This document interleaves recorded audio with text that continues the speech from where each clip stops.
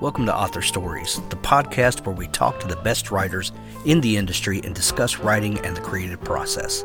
Whether you're a writer, a reader, or both, we hope you'll find something here that makes you love books and the writers that create them. You can find archives of all of the great conversations I've had with authors over the years at hankgarner.com. Take some time and browse around there. I'm sure you'll find a new author to love, find inspiration for your own creative life, and find a new story to get lost in. My guest today is playwright and novelist Frank Strausser, who joins me to talk about his new book, Plastic, which is a creepy look at the inside of fame and fortune. Before we talk to Frank, let's thank some sponsors who make the show possible. Jasper T. Scott. His box set Dark Space, the complete series. This is 6 books bundled together, on sale now for 99 cents.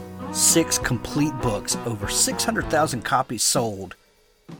More than 2,000 pages of epic space opera for the low price of 99 cents. Also available in Kindle Unlimited if you're a Kindle Unlimited subscriber. Humanity is defeated. 10 years ago, the Scythians invaded the galaxy with one goal: to wipe out the human race. Now the survivors are hiding in the last human sector of the galaxy, Dark Space, once a place of exile for criminals, now the last refuge of mankind. The once galaxy-spanning Imperium of star systems is left guarding the gate, which is the only way in or out of Dark Space, but not everyone is satisfied with their governance. Freelancer and ex-convict Ethan Ortain is on the run. He owes crime lord Alec Barandi 10,000 souls, and his ship is badly damaged. When Brandi catches up with him, he makes an offer Ethan can't refuse. Ethan must infiltrate and sabotage the Valiant, the Imperial Star System's fleet carrier which stands guarding the entrance of Dark Space, and then his debt will be cleared. While Ethan is still undecided about what he'll do, he realizes that the Imperium has been lying and putting all of Dark Space at risk. Now Brandi's plan is starting to look like a necessary evil. But before Ethan can act on it, he discovers that the real plan was much more sinister than what he was told, and he will be lucky to escape the Valiant alive. Grab all 6 books for 99 cents right now. Dark Space, the complete series by Jasper T. Scott. The Unwelcome trilogy by R.D. Brady. Survivor, Mother, Leader, and Humanity's Last Chance. Deep within the remnants of the United States, Lila Richards oversees a camp of 200 survivors. In a world where living is an everyday struggle, and only through banding together can people survive, the arrival of the Unwelcome only made her job harder. Riley Quinn and Miles Jones have been raised by Lila for the last 5 years. They're also one of the cursed, the children between the ages of 13 and 18, whom the Unwelcome kill on sight. No questions, no pleas, just death. Protecting one another and the people of their camp is ingrained in all of them. But now each of them faces increased danger as the reason why the cursed have been targeted by the Unwelcome slowly comes to light. And that truth will shock them to their core. Now time is running out, not just for the cursed who are being hunted down by the Unwelcome, not just for Lila and her family who will face the greatest challenge yet, but for all of humanity. The world changed radically 35 years ago, but today humanity's very existence is on the line, and the fight has begun that will ensure its future or its annihilation. Fans of A.G. Riddle, James Rollins, Suzanne Collins, and Brandon Sanderson will love the Unwelcome trilogy. Pick up your copy of the Unwelcome trilogy on Amazon today. Edge of Valor, a military sci-fi thriller by Josh Hayes. When their mission fails, his begins. David Weber calls it a tour de force. Special Agent Jackson Fisher is a man after truth. When a military operation to extract a high-ranking ambassador from the war-torn border world of Stonemaier ends in disaster, Fisher is called in to investigate. A whole platoon went in, but only 3 Alliance Marines returned home. The rest killed in action along with hundreds of civilians. With tensions between the Holloman Alliance and Stonemaier rising, Fisher attempts to stitch the pieces together. One thing becomes more and more certain. The surviving Marines are lying. As the truth unfurls, Fisher begins to realize this was far more than a simple rescue mission, and that the truth might be something best left buried. Filled with action, mystery, and well-crafted characters, Edge of Valor, the Valor series Book 1, will put you into a world of war, conspiracy, and betrayal.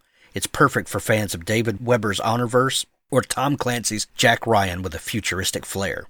That's Edge of Valor by Josh Hayes.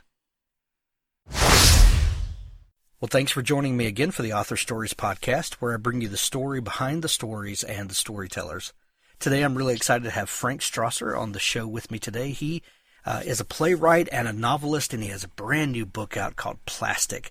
And this book is phenomenal, guys. It's wry, a little scary, a little edge of your seat. There's something there for everybody. Welcome to the show, Frank. Hey, pleasure to meet you. I'm glad to have you, Frank. We begin each show with the same question, and that question is, what is your first memory of wanting to be a writer or storyteller? Well, it goes back, I think I was about 7 or 8 years old, and I started a little club. I was always starting clubs to write scary stories. And I think, it was the once upon a time beginning. but hey, it's amazing. I think I've always wanted to be a writer, and always thought of myself as a writer. Some of us, they say that writers have to write. Maybe there really is something to that, and maybe at a very early age, it was just part of me. Well, it sounds like you've always been a fan of scary stories or, unsettling stories. Do you remember a time when you were introduced to a story like that, maybe a story or an author that kind of lit your imagination in that area? Well, actually, a lot of my work is and particularly with the theater, has been comedic. But I do like things that are a little edgy. I like to be provoked, and provocation is probably a big thing. And I suspect some of it goes back to maybe in my earlier days, really liking punk rock and just really liking shock and just things that unsettled. And I think that I was gravitated a little bit to my gravitation to the theater probably comes from the idea that is a place that's supposed to be unsafe. It's supposed to be dangerous. It isn't really often the case these days because everything else is unsafe and dangerous. We turn on the TV, but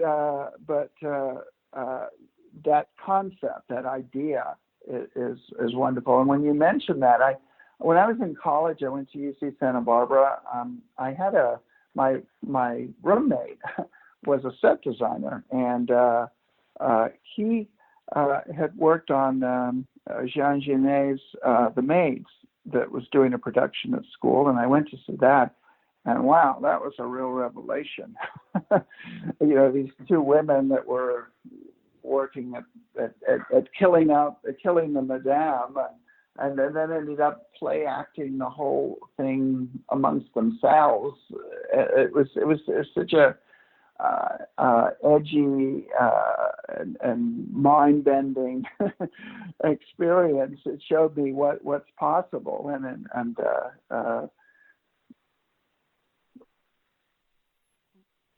before that introduction to the Maids in college, what were you pursuing at the time? Well, I was an English major, and I had been a prolific reader. A lot of foreign literature. I was very much into Russian literature, things like that. I like I said, I kind of considered myself as somebody who was going to be a writer in some form or another, I was really engaging with fiction, and I really wanted to be a novelist. Frankly, I had no ideas about theater. That came later. In that early desire to be a novelist, had you gotten any encouragement from anyone along the way that maybe saw something in you and encouraged that gift? Well, my parents always taught me to believe in whatever I wanted to do. And my mom was quite creative. In fact, she was a sculptress, and she had started several companies that were involved with design. But I didn't really have anyone around me that was per se pushing me in that direction. It just came from me, and I always believed that whatever I wanted to do, I could do. And that of course is a wonderful thing for a young person. It doesn't necessarily make it so. Right. There's still a lot of hard work that goes in between. Exactly. Yeah. Nothing's given to you. That's right. And I've learned that certainly in this craft. This is a very tough thing to have success in this field. This is one of the harder ones, certainly. So what led you to start writing for theater? Well, I've been working on a novel for like 12 years. And I think a lot of people can relate to really, that. It's just really tough. And I learned that a literary agent that I had spoken with had suggested that I take Robert McKee's story structure class, a seminar, and I signed up for that. And one of the things he advised, and he was very helpful. I mean, it was very wonderful breakthrough experience, his book story and whatever. But he said that writers should consider taking an acting class. And it was either truthfully where I was at that point in my life. I mean, my idea of an acting class would be I'd go to 3 of these. I'd meet a bunch of actresses, check off the box that I'd done an acting class. And that was my idea of what it would be involved. And it took me about 8 months or so. I was actually waiting online for a yoga class, and this actress friend of mine, Deborah Wakeham, who had considerable success and had read a little bit of what I was working on. I was standing there, and she was right in front of me, and it suddenly occurred to me. I said, Deborah, I'm looking to take an acting class. And she said, oh, my God, well, you should study with Milton. You should go to the Beverly Hills Playhouse. And she had been there previously for 12 years. And so I went and met with them, and I had to give a writing sample. And they said, well, Milton would be willing to take me on as the only writer in a 100-person master class, really, that's what it was. It was this master class. It was a scene study class on Saturdays. But she said, you'd have to decide to do this for at least a year. Otherwise, it wouldn't really be worth it. And I ended up being there for 2.5 years. And it was an amazing experience. And it changed my life in innumerable ways. I remember that first morning, that first Saturday, there would be 3 scenes, each about a half an hour. And Milton, in the dark there in his director's chair, would be taking notes. And then after each scene, he would really destroy the whole, he would rip apart the whole thing and for over an hour. And the actors would often be crying at the edge of the stage. And I remember that first scene from Frankie and Johnny that I saw. These actors sometimes worked on it for months. And there was a woman running around naked on the stage, and it was just, I thought to myself, wow, well, I could do this for a year. This is great. And, but I ended up workshopping my first play, Powder Room there. And I just learned so much. It was a revolution for me. It was so unlike, what I had experienced, and I had taken a lot of writing classes, little workshops and things. It's so page bound, and getting the work up on its feet, breaking it apart in that other dimension was profound. You can, in reading Plastic, your new book, which is out everywhere now, for the listeners, you can tell that you really honed your craft in playwriting, because the dialogue is just razor sharp. Is that something when you're working on the craft of playwriting? What is that process like of learning to get dialogue just right? Because I mean, that's the essence of playwriting, is dialogue. But there's a minimal amount of stage direction there, but the director then interprets all that. But the dialogue has to be perfect to really resonate. And can you talk a little bit about what that process is like of learning to write dialogue, and then maybe in transitioning that to novel writing? Sure. Well, I think I've always been reasonably good with dialogue, but what you have to do is you have to inhabit each of your characters. You really have to know your characters, and you have to know what they're going to say, and almost be so quick with knowing what they're going to say that you can cut off the other character. And part of that is being in the moment, and you have to really, I mean, that is an acting phrase, being in the moment, but it means that you're inhabiting that moment fully in the shoes of each character. So one character is saying something, the other character has to react. They cannot be passive. And so there's an energy in that, and you have to, as you learn your characters and just be free with it, and allow yourself to just explore what they would say in those moments. And I think a lot of my dialogue, one of the things that I would say in my work, I learned this a lot from studying with Milton, was that conflict is central to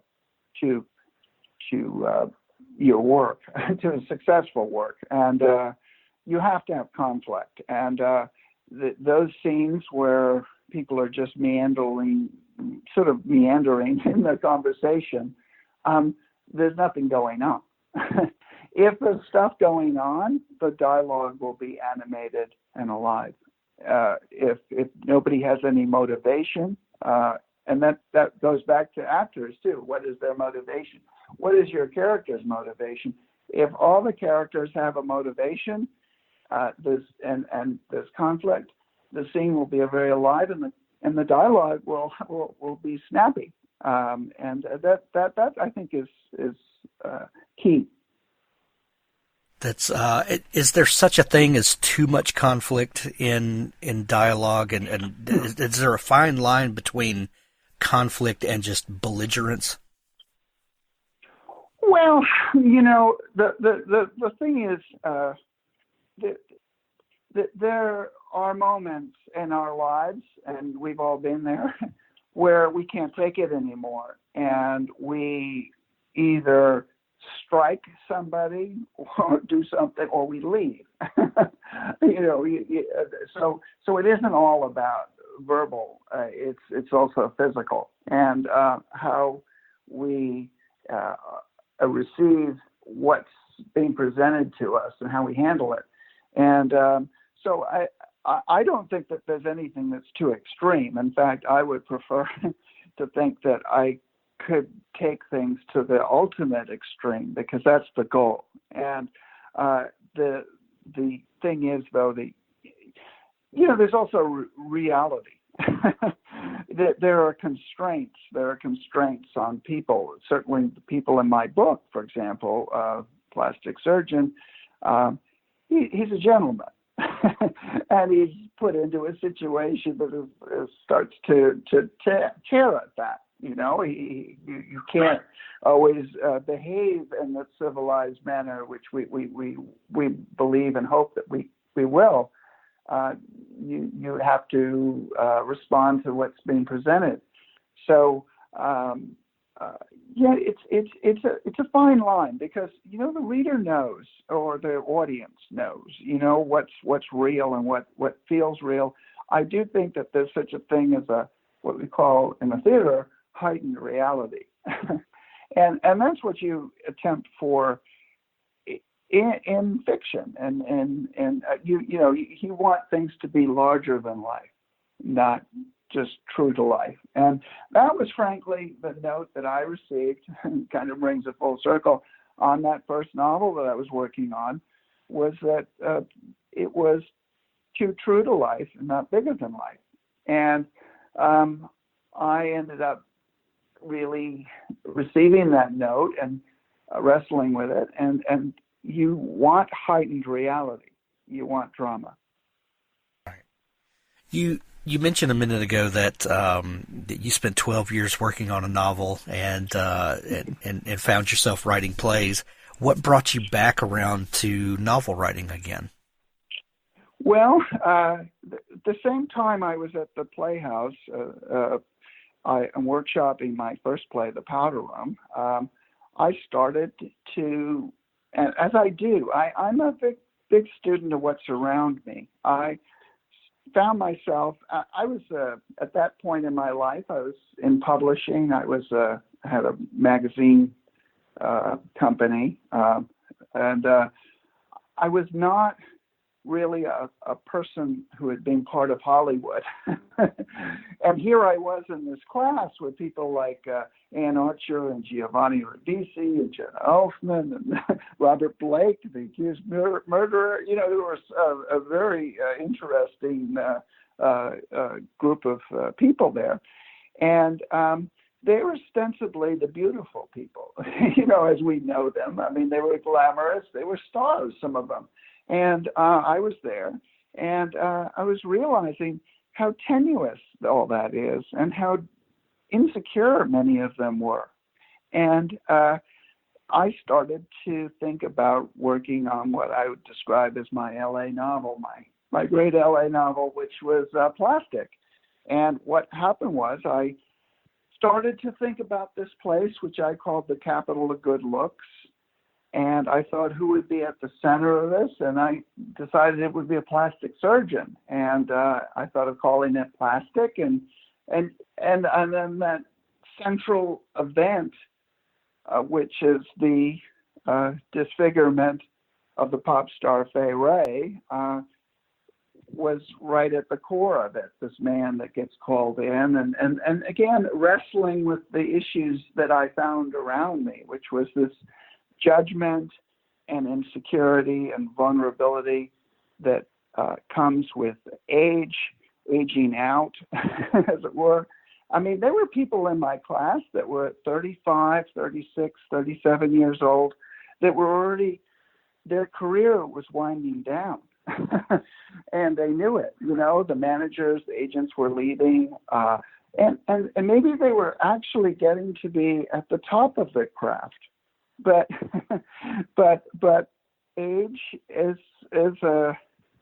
it doesn't take prisoners, It's just brutal.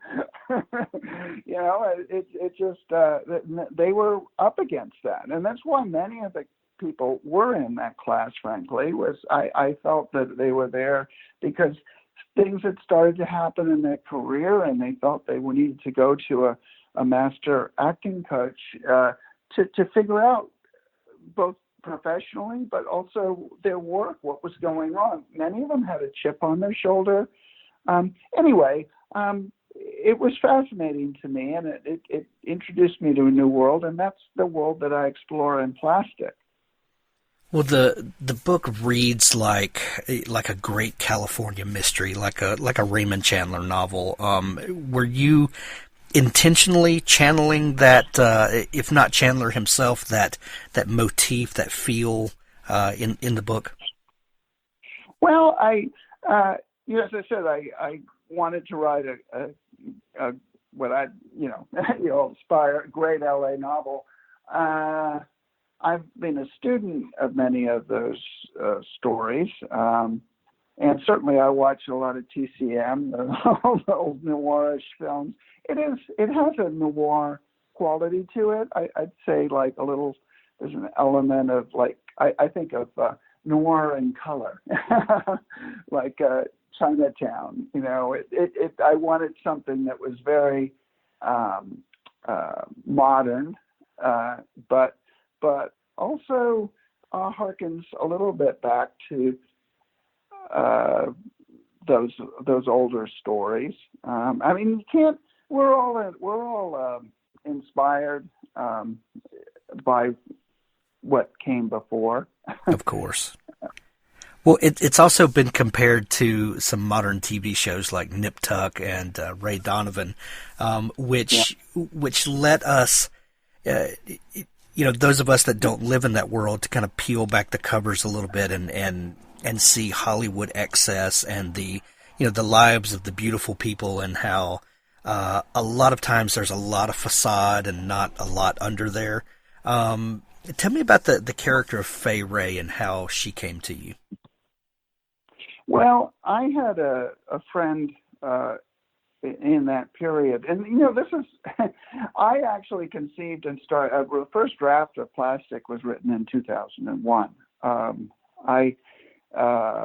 It's been a long time and coming to get it published and whatever, and it continued to evolve. But back in that period, I had a very good friend, Max Sharam, who is a pop star in Australia. She had more ARIA awards, which are like Grammys, than anyone, and for her big hit album. And she had come to America to make it, and she was the inspiration for Fay Wray. I found her to be. It was a bit of a mess, the whole thing. I mean, she's a genius, but she also was very much wanting to do things her own way. And the machinery of the industry and the whole thing was, it wasn't really working. She was sort of been ground up. And so she was a key inspiration for Fay Wray. And obviously the name Fay Wray, you think of the siren, the actress that played, who is Fay Wray, who played the part in the first King Kong. And that is all about man versus nature. The other inspiration, if you will, it came a little later, but certainly provoked me to think a lot, was Lana Clarkson, who had been in my play The Powder Room, and who was a friend, and who was murdered by Phil Spector, and senselessly, I'd say. And that senseless celebrity on celebrity, or celebrity against a small person crime, that was very, that provoked me to think a lot about the nature of what happened to Fay, and the nature of how these bigger celebrities and power in Hollywood sort of snuffs out some of these smaller, people, and that's very much explored in the book. The idea of perfection is right there in the book, and the links people will go to for perfection, but then the links people will go to attack others and to ruin someone's idea of perfection. The world of music and glamour and all of that kind of intersect in this. Did your love of punk rock earlier in your life, did that surface in the writing of this? Yeah, no, I mean, like I say, I mean, it does go to my interest in pushing things to an extreme. I do think that Fay is just this raw talent that's being packaged as Max. They attempted to package Max, and you can't, these feral creatures. I mean, the character Fay Wray, her name originally was Susan Plows. She came from Iowa at 15 and ran away and came to LA to make it. And at 19, she's become a pop star. And that's a force of nature, somebody like that. I really found her a fascinating character. And, you become so, these are all people that are part of my life. I've lived with them a long time. They're like family to me. But it's a fascinating person, and it's so, to think that she would find herself in this situation and to have her handlers, her people there, trying to suppress what had happened. And I mean, the essence of the story is that Harry Previn, the celebrated plastic surgeon, is called in after she's been violently disfigured, and he thinks he's there to restore her looks, but begins to realize that he's there to surgically erase evidence of the crime. So he becomes part of a conspiracy. And so, you think you trust in the people around you, and who is in a situation where you have to be more trusting than a person who's been injured. And you find that everybody is actually has other ideas as to what their goals are. It's not necessarily your well-being. And it's a very interesting subject. Plastic is, like I said earlier, an edge of your seat thrill ride. I actually got the book yesterday afternoon, and I read better than half the book in one sitting last night. I had to eventually pull myself away and go to bed so that we could record today. But I absolutely love what you're doing, and it is it's spellbinding. It's this look into a world that we all think we know or have opinions about, and the truth can sometimes be worse than you anticipated. Frank, when people finish the book, when they close that back cover, what do you hope they're left with? Well, as I say, I'm very interested in provoking. I do want people to it's funny how people go to see movies and they start talking about something else the minute they walk out the door. I want people to still be engaging with the material well after they, have it stay with them. And, one of the things is I do want them to wrestle with the idea of we are in a beauty-obsessed world. What price beauty? What does all this mean? And Fay is a kind of siren call to the world about what our subjective views are, what we're imposing on ourselves, and it's not just the characters in this book; it's everyone. It's a virus that we're encountering, which is this obsession with beauty. It's not altogether. Listen, I'm probably as obsessed about beauty as anyone. I love beautiful women around me. I love anybody, what guy doesn't? But there's something unhealthy about it at the same time. And so a bit of a disconnection from reality. That's right. Yeah. That's right. Well, Frank, the book Plastic is available everywhere. There's links to it in the show notes of this episode. If people are just learning about you and want to connect with you and learn more, is there a place where they can find you online? Yes. I'm on Instagram. I'm on Facebook. There's frankstrausser.com is my website. You can follow me there. That's Strausser. And also, I might add that the book has just come out on audio. And I had two actors read because it's from two points of view, and it's very dramatic. I'd have nothing less. Excellent. We're going to send everyone to pick up their copy of Plastic and to look you up online. Frank, thank you so much for taking time to come on the show today, and thanks for such an exceptional book. Thank you very much for everything. That's a very interesting conversation. Cheers, and enjoy the book, everyone. Thanks to Frank Strausser for joining me on the show today. Now stay tuned for an audiobook excerpt from Richard Gleaves' The Jason Crane series. I was walking through the woods between Wolfert's Roost and the future site of my father's Stone Manor house. The house would eventually stand on what had been old Baltus's pumpkin field, the land where I had found my grandfather's head. Father had chosen the spot for its view of the Hudson River.